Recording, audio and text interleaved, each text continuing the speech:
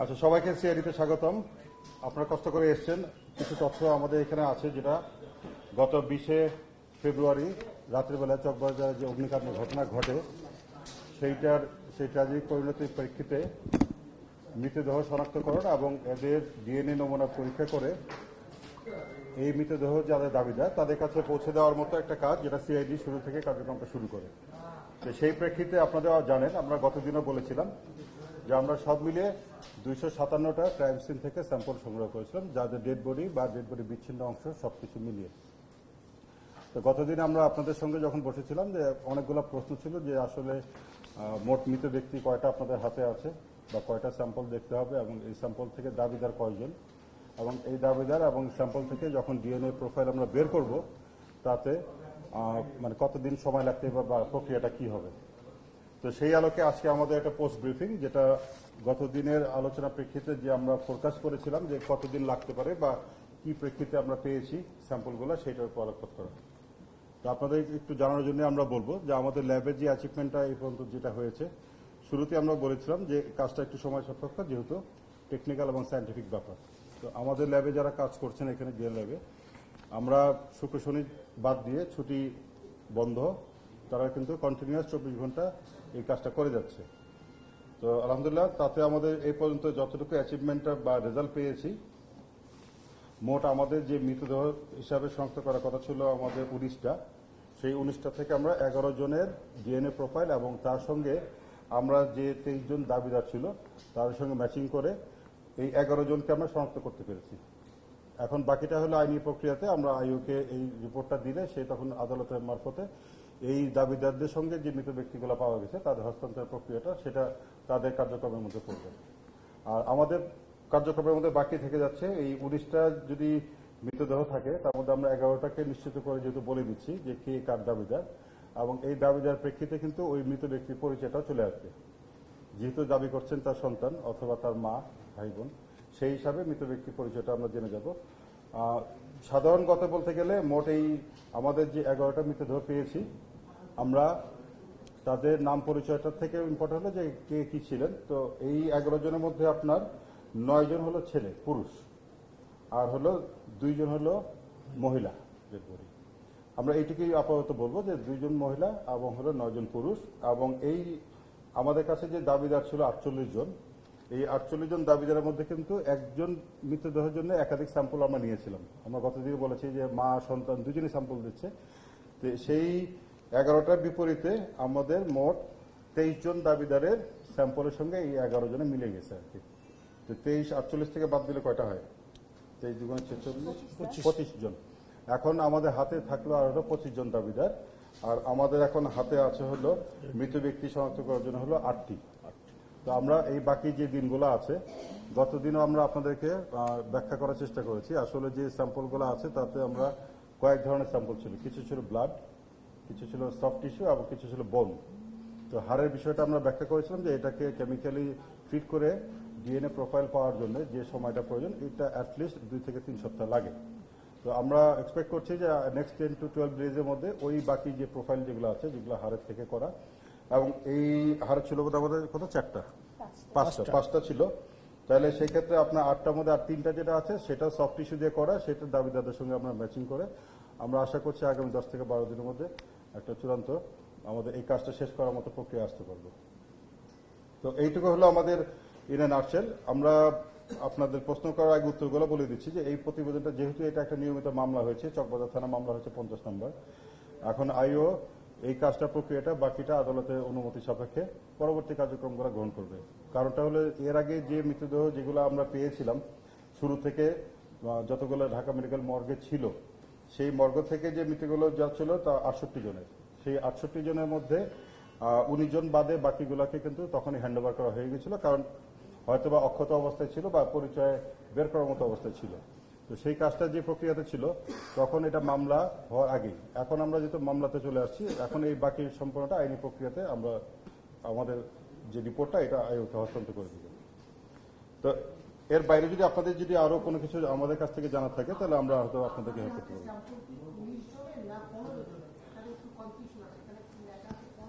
না, 15 জন না, আমরা 19 জন মৃত ব্যক্তি এবং একটা হাত আছে যেটা খণ্ডাংশ, আমরা নিয়েছি, সেটাকে আমরা একজন ব্যক্তিরই ধরে নিচ্ছি।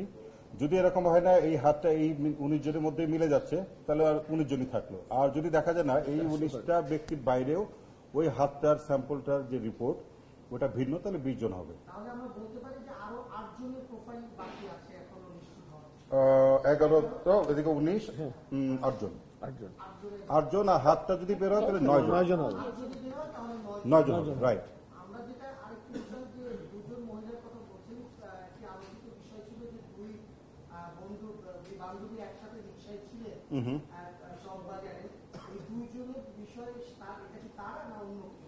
এখানে আমরা ব্রড সেন্সে বলতে পারি, যেমন আমাদের এখানে এখন যে মৃতদেহ যে স্যাম্পল আছে সেটা 11 জন। তার মধ্যে আমরা দেখতে পাচ্ছি যে এখানে 2 জন আছে হলো মহিলা। এখন বাকি তথ্যটা আপনারা একটু যে দাবিদার যারা আছেন ওই যে আমরা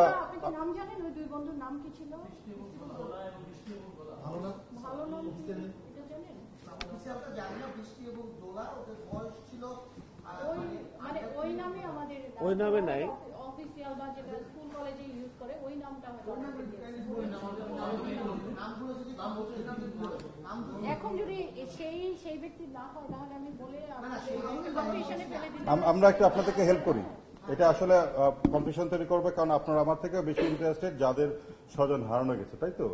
সেই ক্ষেত্রে বেটার আমরা যে রিপোর্টটা দিয়ে দিচ্ছি আয়োকে, যিনি অথরিটি, এই আয়োগের কাছ থেকে কিন্তু আপনি যে পাবেন যে কার সঙ্গে এই দুটা মেয়ের বাবা বা সন্তান মিলে গেছে।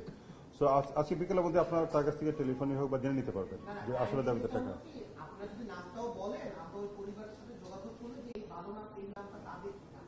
আমাদের কাছে আসলে এখনো আসে নাই কেউ। আমরা এই জায়গাটা থেকে আসলে আমরা গতদিনকেও বলেছি যে আমরা খুব সহজভাবে জিনিসটা নিচ্ছি, আসলে কিন্তু সেন্সিটিভ, যাদের স্বজন হারানো গেছে তাদের জন্য অনেক বড় পেইনফুল একটা বিষয়। তো আমরা বিষয়টাকে মানে পেশাদারিত্বের সাথে হ্যান্ডেল করবো। ওই দুই মেয়ের নাম দুটো দেখে ওনার একটু বলে দিতে। এটা কিন্তু নামটা যেটা বলতেছি আমি একটু বলি, আমরা যে 2 জন মেয়ের নামটা পেয়েছি সেটা কিন্তু যাদের দাবিদার তাদের দেওয়া তথ্য মতে, কারণ আমরা কিন্তু এটা একটু ক্লিয়ার হয়ে যাবে। আমরা যখন এক্সিবিট গুলো নিয়ে আসি বডি ব্যাগ থেকে যে তথ্যগুলো আনে, সেখানে শুধুমাত্র মার্কিং করা আছে এক্সিবিট নাম্বার 40, এক্সিবিট নাম্বার 70, মানে হলো মানে ব্যক্তির নাম নাই, কিন্তু ওখানে একটা নাম্বার দেওয়া আছে। এখন এইখানে যার এই 70 নাম্বারের সঙ্গে যার মিললো, তিনি বলছেন যে এটা আমার মিলে গেছে। এখন তাকে জিজ্ঞাসা করা হলো যে ইনি তোমার কি হন? উনি মা হন। তার নাম কি? তিনি বললেন যে শামসুন্নাহা বা করিমুন্নাহা, যেটাই হোক, সেই নামটা কিন্তু আমাদের কাছে আছে। আমরা কিন্তু বলতে পারবো যে স্পেসিফিকলি এনআইডি কার্ডে বা ভোটার আইডি কার্ডে এই নামটা তার আছে, আমরা কিন্তু বলতে পারবো না। আমরা কিন্তু তাদের দেওয়া নামটা বলতে পারবো। একটু বলেন। নাম হলো ফাতেমা জোহরা, আরেকজন হচ্ছে নাসরিন জাহান। ফাতেমা জোহরা এবং নাসরিন। আচ্ছা, আরেকটু আপনাদেরকে হেল্প করি, সেটা হলো যে 2 জন মেয়ের কথা আমরা সবাই কনসার্ন, এখনো কিন্তু আমাদের হাতে আরো কিছু কাজ বাকি আছে 8 জনের। তো আমরা এখনই কোনো কনক্লুশন কিন্তু করতে পারবো না, সম্পূর্ণটা শেষ হলে পরে বলতে পারবো যে আমাদের এক্সিবিটের মধ্যে আছে কিনা, তাই না?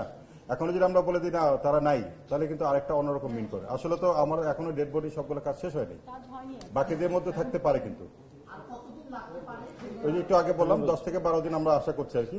আমরা কিন্তু নন স্টপ কাজ করে যাচ্ছি, কোনো ব্রেক ছাড়া। এবং এটা আমরা গতদিনে বলেছিলাম যে ইউজুয়ালি ডিএনএ ল্যাবের যখন কোনো সাধারণ মামলাতে আমাদের কাছে রিপোর্ট চাওয়া হয়, এটা 1 থেকে 1.5 মাস 2 মাসে লেগে যায়, যেহেতু একটা লম্বা সিরিয়াল বা কিউ থাকে। যেহেতু এটা জাতীয় গুরুত্বপূর্ণ বিষয়, আমরা কিন্তু প্রায়োরিটি বেস করে এটাকে সবচেয়ে প্রাধিকার দিয়ে কাজটা করে যাচ্ছি, যে কারণে এটা চেষ্টা করবো তো মিনিমাম সময়ের মধ্যে শেষ করা যায়।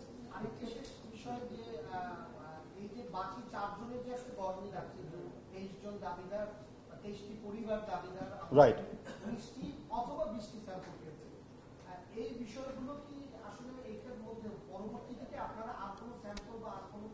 না, আমরা যদি যোগ বিয়োগ করি তাহলে দেখেন, আপনার উত্তরটা আমি সহজ করে দিচ্ছি। আমরা এখন 23 জন দাবিদারের জন্য যে 11টা মৃতদেহ সেটা পেয়ে গেছি। মোট প্রথমে কিন্তু দাবিদার ছিল হলো 48 জন, তাহলে এখন 25 জন থাকে। এই 25 জনের সঙ্গে আমরা বাকিদের মিলাবো, তাই তো? কারণ একটা ডেড বডির সঙ্গে দেখা যায় যে 3 জনের স্যাম্পল দিয়েছে, সেই কারণে কিন্তু ডেড বডি থেকে দাবিদার সংখ্যা বেশি। বা দাবিদার বেশি মানে এই না যে তার মৃত ব্যক্তির থেকে ভিন্ন ভিন্ন ব্যক্তি, একই ব্যক্তির সঙ্গে 3 জন পাওয়া যাচ্ছে। তো এরকম আছে। আমরা কিন্তু যাতে আমাদের টেস্ট রিপোর্টটাকে সহজ করা, এবং আরেকটা হলো যে সেন্টিমেন্ট, যারা দিতে আসছে আমরা কাউকে না করে নেই, বা এখন দিতে আসলে আমরা কাউকে না করব না। এটা তাদের স্যাটিসফ্যাকশন এবং তাদের দাবি, দিতে পারে। নাসরিন জাহান। বয়স কি জানা যায় ফেডারেশন? না, বয়স কিন্তু নির্ধারণ করা যাবে না, সেটা হয়তো ভিন্ন একটা অন্য বিষয়।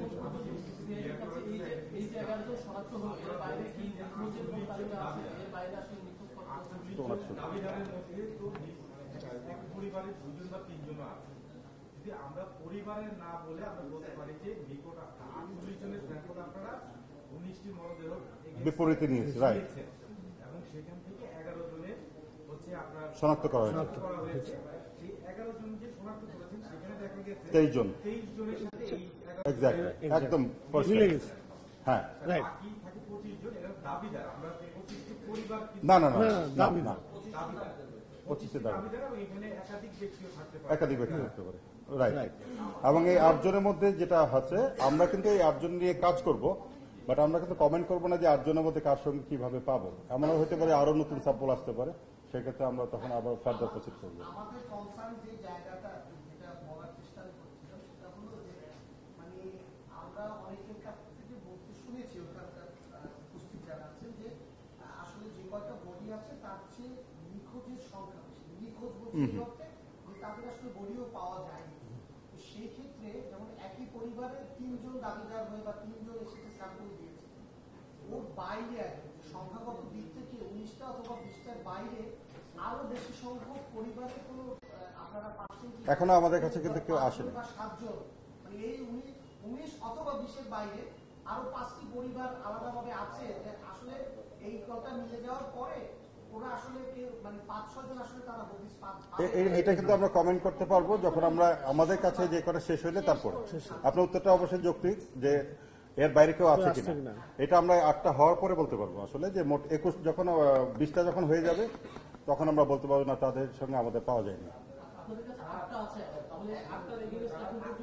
ওই যে 25 জন বললাম, দাবিদার, হ্যাঁ দাবিদার।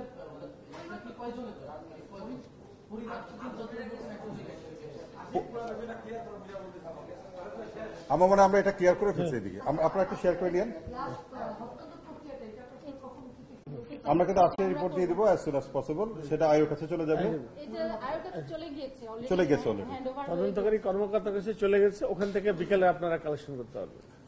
আর আয়োর কাজটা, হ্যাঁ, এবং তথ্য ওনারা দিবেন। হ্যাঁ, আর কিছু আছে? Thank you.